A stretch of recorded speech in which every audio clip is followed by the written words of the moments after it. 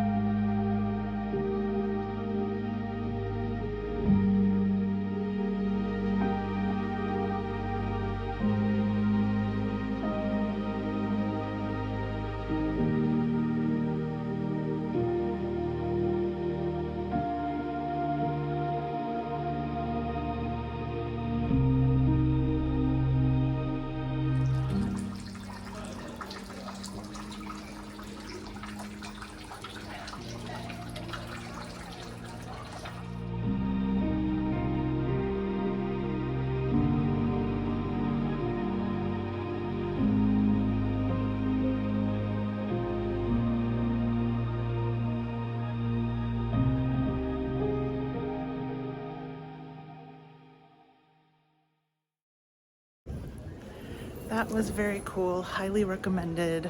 I love Gaudí architecture, so I was gonna like it. Very cool. It is Gaudí's first house that he built or designed, so everything he did after that really started here. So, and it's a little bit less crowded because it's a less visited site compared to some of the others. Come see Casa Vicens. That took about an hour. It is just before noon. I'm gonna find some place to eat, and then I think I'm going to go back to the hotel and get some work done before my 3:45 time at the Sagrada Familia. So this will be a perfect time to catch up on what I need to keep up on while I'm gone, because I'm not entirely on vacation. I am still working. So that'll be the plan for the next few hours. Let's find something to eat. I am back in my hotel after visiting the Sagrada Familia. This was my 4th time there, and I can tell you I was just as in awe of it the 4th time as I was the first time. If you come to Barcelona, you absolutely need to see the Sagrada Familia and pay to go inside, because that is the most spectacular part. It's beautiful from the outside, but the inside is just, it's unique and like nothing you've ever seen before. I did go up one of the 2 towers. You have 2 choices in towers. One is the Nativity Tower and one is the Passion Tower. And they're called that because one's on the side that has the Nativity facade, which is sculptures dealing with Jesus's birth. And the other one is on the side with the Passion facade, with sculptures from Jesus's death. So I chose the Nativity facade just randomly. It didn't really matter to me. It was really cool, but the thing I would say is do not do it if you're either claustrophobic or you have knee problems that would prevent you from walking down 400 stairs after you get up there. You take an elevator up, but you walk stairs down. And it was tough on my knees, and I don't have problems with my knees. So those are the only 2 reasons I would not go. Definitely, again, make that a priority if you're in Barcelona. It doesn't matter if you're a religious person. You might say, oh, I never go to churches because I'm not religious. Really go to this one, because you can appreciate the art and the architecture and the beauty of it without the religious aspect of it. The stained glass windows are just incredible, and just the way that Gaudí made it so you feel like you're in a forest and the sun is coming down through the trees. It's really incredible. So following this, I'll show you some pictures and video from the Sagrada Familia. You start your tour of the Sagrada Familia on this side, which is the Nativity facade, which depicts scenes from Jesus's birth. There's a ton to see here. It's almost hard to focus your eye on anything because there's so much that's going on. Some people think it's gaudy. I understand that, but I think it's pretty cool. You then enter through these doors with the leaf patterns and make your way into the interior, where you get your first views of the beautiful light that is created by the stained glass windows. So here are some more pictures of the inside.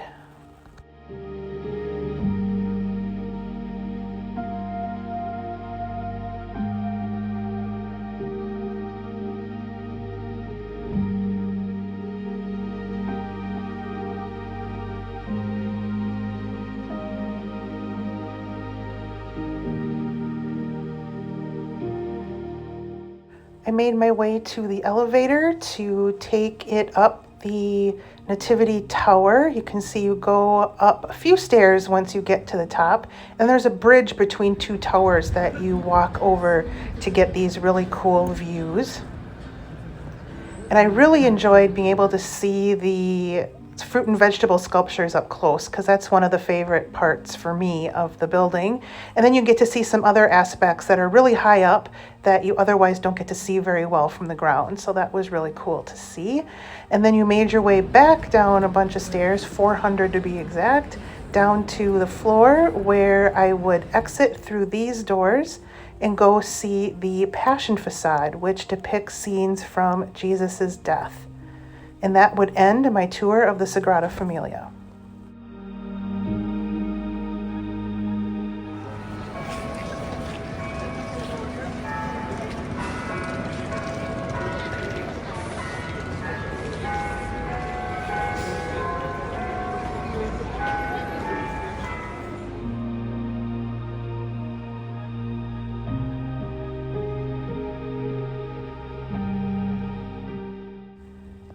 I then made my way across the street to this ice cream shop where I got actually my first ice cream of my stay here in Barcelona, which is a little unusual for me, but it was really great. And then I took it over to a park where you can get a good viewpoint of the Sagrada Familia from about a block away, and it's a really popular place to get your picture taken.